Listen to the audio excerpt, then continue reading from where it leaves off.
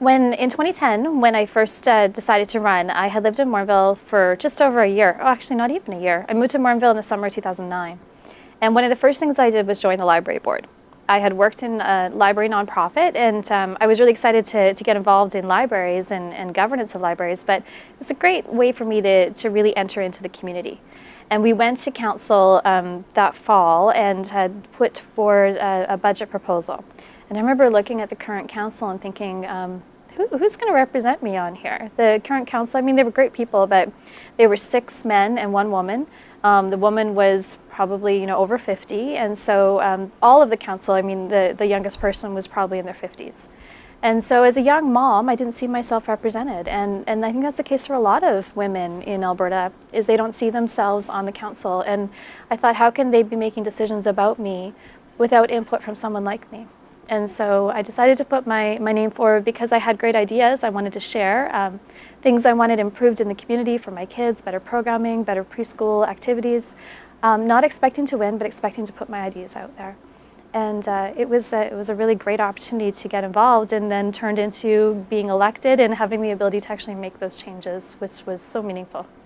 There was some things going on in our community that I wasn't happy with. I didn't feel that we were moving in a direction that created a community that my child could come back to. And that was important to me. My family, I'm lucky, my family's in Okotoks. And we've got lots of nieces and nephews, and I didn't see us building a community that those kids could afford to come back to. And so I've been taught from a young age that if you want to see change and you can't execute it from the sidelines, then you need to step up and get to the table. And so I chose to put my name forward to be a member at the table. The first time as a councillor I was acclaimed, so I didn't get that experience. I did run provincially before, and I lost provincially in 2012. But comparing both runs, my run as mayor, I learned a lot about myself. I learned a lot of things about the community. I door knocked every door in our community, and it gave me an opportunity to hear from all walks of life, every profession, some of the different issues, and some of the issues that are out there, issues I never even knew existed in my community. So it gave me an opportunity to really reflect back when I got elected. How do we encompass some of the issues I heard at the door into our policies or into our decision making in the next 4 years? So that was probably the highlight of it.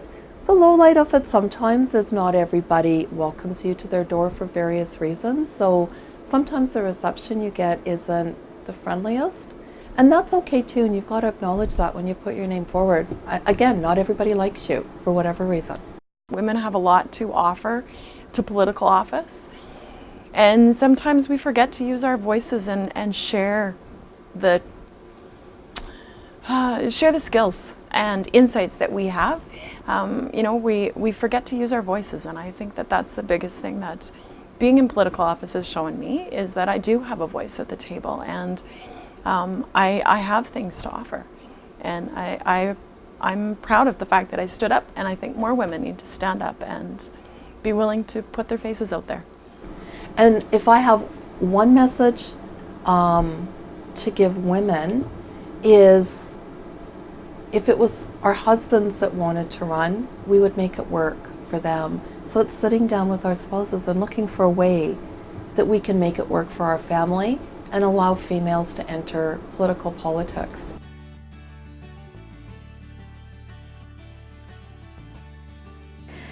Well, definitely plan it out. I'm a very planned, organized person, and I think that helped me a lot. So figure out who your people are, and one thing that who your team will be. But there are certain roles you have to find, and that's someone who is your biggest cheerleader, and that can be your spouse, your partner, that can be your mom, your dad, whoever that needs to be for you. You also need someone that you trust a lot, that can be the person that will be honest with you, because when you go into a campaign and you're discussing things with people, they might be scared to tell you, that idea really sucks, or, you shouldn't be wearing that, or, whatever it is. A frank conversation you need to have. You need a person that'll be that person for you, that'll go through all of your materials with a fine-tooth comb and tell you what needs to change. And then you just need people that will be able to support and help you. And you don't have to know those people well. A lot of people think that you have to have a huge network in your community to run for council. You don't. I'm a prime example of having, 3 or 4 people that I knew in town. That's it, a couple of bombs. But by going out and speaking to the residents, by door knocking and getting more involved, you build your network. You build it slowly, one person at a time. And for me, that was the biggest tip that I got, was just to take that time to have conversations with people at the door, and then to ask them, if you had a great conversation, do you want to come with me tomorrow and door knock a few more houses? I need someone to walk with me. And that really built my network quickly. And it was a great tip someone had given me. And also just be yourself. Don't be, if you're not really professional and one of those kind of people that you want to just have fun in your photos, and that's what the majority of your pictures or selfies, use those in your campaign materials, because that will just show what you're like in real life. And you don't need a posed family portrait. My picture and all my campaign materials was us playing football in the yard and my husband's holding my youngest upside down. Like, that's just what our life is like. And so be authentic, be yourself is probably another big one. So one of the questions that I was asked is about appearance and presenting yourself when you go on campaign. And the one individual that's looking at putting her name forward is a young person with a really good reputation in our community, but does dye their hair. And they were really concerned that that would have a negative effect on the voters. And the one thing we talked about is you have to be yourself. People like you for who you are. And when you campaign, be yourself. That's who is going to elect you, and you want to be that same person the day after the election as you are when you're campaigning. So the message I gave to her, if you went and dyed your hair a normal color, a brown, I would ask what's wrong, because that's not who you are and that's not who I've got to know. So the one advice I would give to anybody looking at putting their name forward is be yourself and present yourself both before and after the election as to who you truly are and who you're going to represent when you move forward as a councillor or mayor. One, I think you need to know what your support system is. I think you need to make sure you've got that inner circle that are people that are going to be honest with you, allow you to run ideas by, get a sense for, does this sound right? Am I off base on this? And be able to have that inner circle of people to run things by. In terms of campaigning, it really is just, I'm a big believer of just getting out and talking to people. Tell them why you're there, what you want to do, what your direction is. And if it resonates with you, particularly I think as a woman, I think if it's something that resonates with you, other women can relate to you. And owning your space, I think that's the big thing, is just go out and own your space. Campaigning to me is a real personal style, and you've got to pick what style suits you. And for some people it will be door knocking. It'll be that personal one-on-one at the doors. Other people prefer using the signs and the mail outs. Other people will do town hall meetings. Other people will do social media, and some will do a combination of everything. But you have to pick what suits you. The other thing that we always say is that when you get to know someone, ask them for something. I mean, it seems like an odd and weird thing to say, but do ask them for something, whether it is just support or help, or whether it's money, or whether it's ideas. If they are having a great conversation with you and they want to help you, they will offer something back. You just need to ask. So that, I think, was a great trip that Minister McLean had mentioned to me once.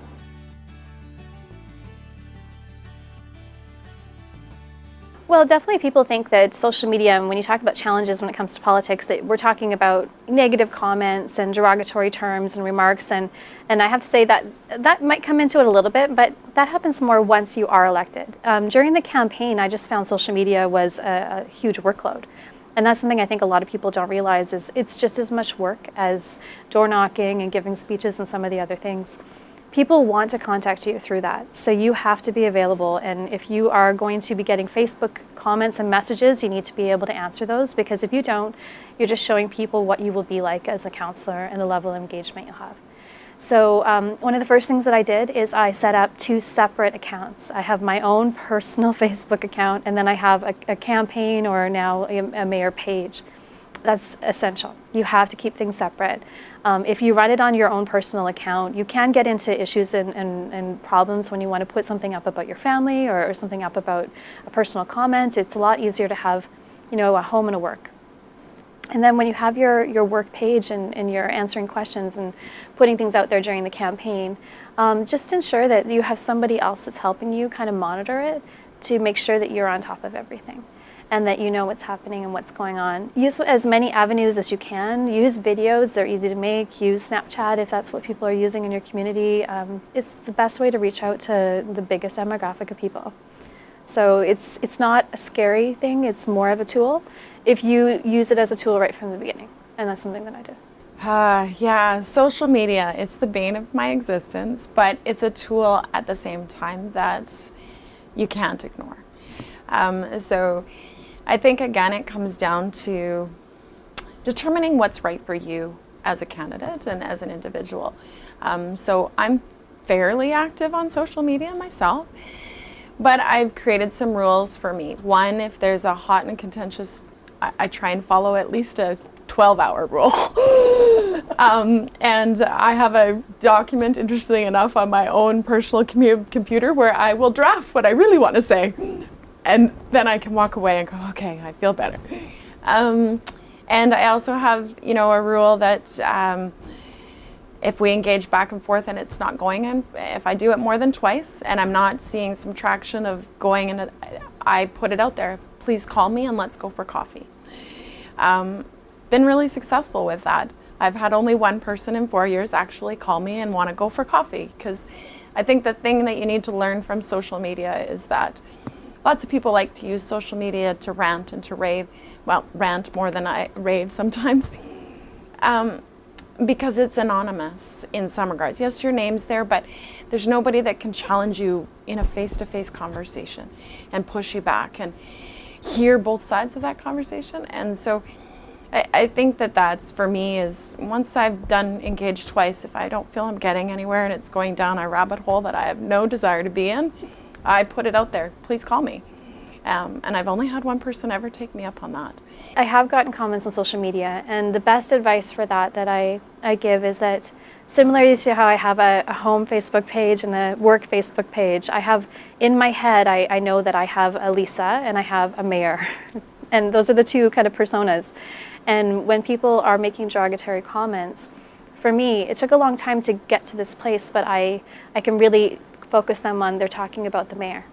And that's a role, not a person, and that's something that I do. And some of the decisions that I make, I might not fully agree with, or the messages that I have to say might not be my message. They might be a message from council. That's where the comments go. But it is tough, and you have to.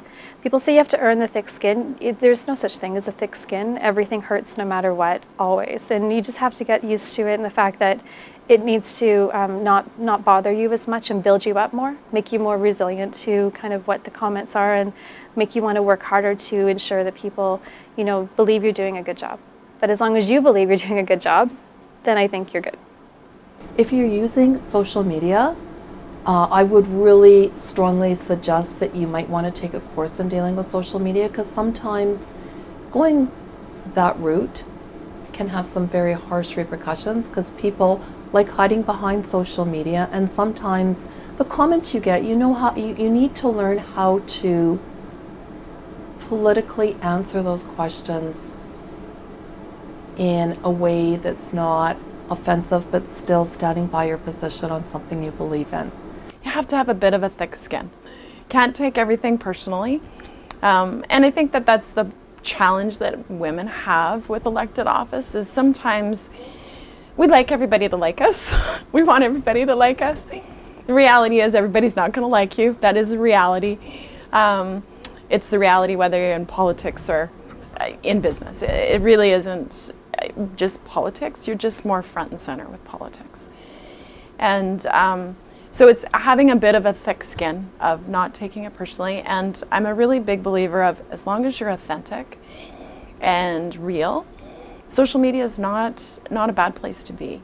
So even as you're choosing to run, it's really comes down to, for me, is doing it for the right reasons. And your instant reflex is you want to go back on that keyboard and you want to answer, but I always stuck by my 24-hour rule. Is I would think about it for 24 hours, and sometimes after 24 hours I would have the same answer that I instinctively had the night before. But sometimes I would have changed it and thought about it and addressed it a little bit differently, not to get yourself into a little bit of trouble, because with social media, it's so easy. Once you hit send, there's no taking it back. I don't care if you want to delete it a minute or 10 minutes after. There's a permanent record out there somewhere.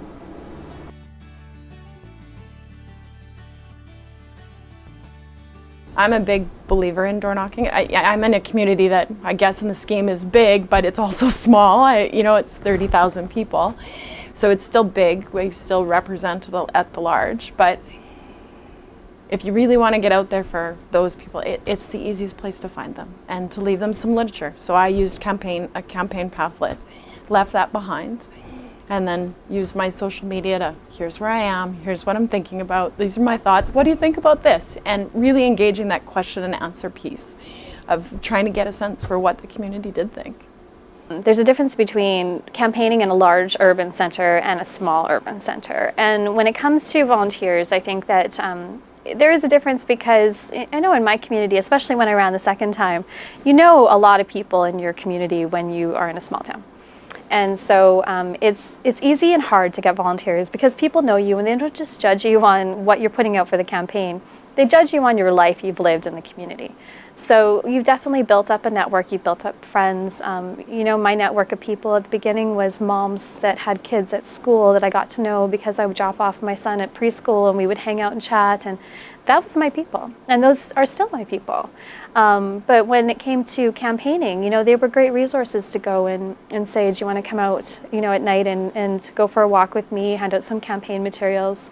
Or another thing they would do is when I was door knocking, they would be the ones that I would stop at their house, and grab a bite to eat and then keep going, or grab a drink and go to the bathroom. Like, you need support, and you're able to get that. But also some of the people that came out to support the most were people I didn't expect, people I didn't know. And you can't discount that there is going to be groups of people that you may not feel that you align with, but that do align with you, that want to help you. And that, I believe, was a huge one for me as well, is going into groups that I didn't know. So I went to minor hockey meetings, community association meetings, school board meetings, parent council meetings, like anywhere there was a gathering of people, you can go and chat with them and see if you align with some of the values that they are espousing, things that they want to talk about. And if that's the case, then you're built a network. We all have those people that we know, whether it's from our kids' schools, whether it's from the sports they play, whether it's from the friends we have in the sports we're involved or the activities we're involved in. And I think the best way to do it is ask. The worst you're going to hear is no. And if you're getting into politics, you need to get used to no. So I think that that's the best you can do, is ask. And it can be something as simple as, I used my nieces and nephews. The one area that they lived in town, I wasn't going to get to for door knocking. So I asked them to just go and drop off flyers at the doors. They did it after school, and they took 2 or 3 of their friends, and they were great.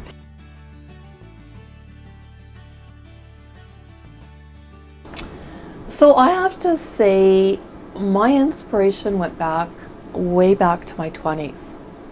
In terms of knowing I wanted to have a role somewhere. I just didn't know where I would fit, whether it would be municipally or provincially. I actually ran for council in 2004 in a smaller community we lived in the town of Fox Creek, and was successful.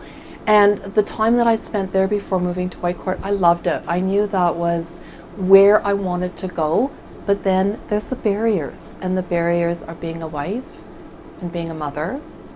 And I think those are obstacles for women. And when I was asked in 2010 to put my name forward in a by-election, I had said, 2008, in a by-election, I had said no, because I was a widow and my kids were at the point where they weren't self-sufficient. So I knew I had to wait for that opportune moment to enter the public life. And I think that's a huge component when women take a look at entering politics. And you know what? I think it's a hugely rewarding experience. So I encourage women to seriously think about it. And I think they need to sit down and talk to their family of what it means, because there are some sacrifices that come to it, for sure. And that doesn't matter whether you're female or male that are running. There's sacrifices with it. Women just have a bigger guilt complex with it. So you need to make sure your family's on board, because can be stressful on your family at times. But if you are open to the whole concept, there's a way to find that balance, and it's a rewarding job. I've loved my first term on it, and yeah, I think women have a place at that table. They have a different perspective, and they have a voice that is needed to be heard at the table to give us good government. I'm still a big believer in best candidate, but I think there's some awesome women out there that need to step forward and become some of those best candidates. Well, definitely have fun. The best part about a campaign is that it can be fun, and it can be fun not just for you but your family. We had great events and moments through the campaign that we did things together. Whether it was, taking my son and making him a button that said "Vote for Mom" and giving him a bucket of Timbits and sending him out to a hockey game and going up and down the aisles, or just having great conversations about what you want your community to be.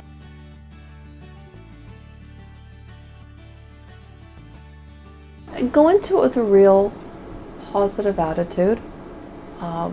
For me, any of the elections that I've put my name forward in, you've got to acknowledge there'll always be winners and losers, and sometimes you might not win the first time, and that's okay. Don't be disappointed and discouraged, but learn from that experience and know that there's another election coming up in the future to put your name forward. As a female, I think it's really important having that female perspective at the table, because we do look at things a little bit differently. If you're not successful, there's so many committees that you can be on as well to be a part of the decision making and getting ready for the next opportunity that arises. But we do hold a valuable seat at the table, and the only way we can increase the number of women at the table is by having more females put their name forward. It's a very rewarding job, but you do need to have a little tougher skin, and you need to have a support system that you can phone and have your little vent with, and then be able to go, okay, now this is what I need to do. Every 4 years, we get the chance to renew our community focus and to have conversations about what we want our town, what we want our city or village or summer village to be in the future. And to take all of those ideas and kind of put them onto a group of people is great, but it doesn't have to be the ideas coming from those people. It's all of the ideas that are talked about in a campaign, and I think just putting your ideas forward is valued. I think that you'll always do better the second time if you've run the first time and lost, so it's not a bad thing. Sometimes just putting your name out there and taking the risk is worth it, and I can say from my experience it absolutely is. It's the best choice I've ever made, and one that I did not expect to be a politician, but it's not a bad thing to be. It's actually something I'm very proud of, and I think that my community is proud of me and my family is, and that means a lot. So do it, run. We're ready for you, ready to help.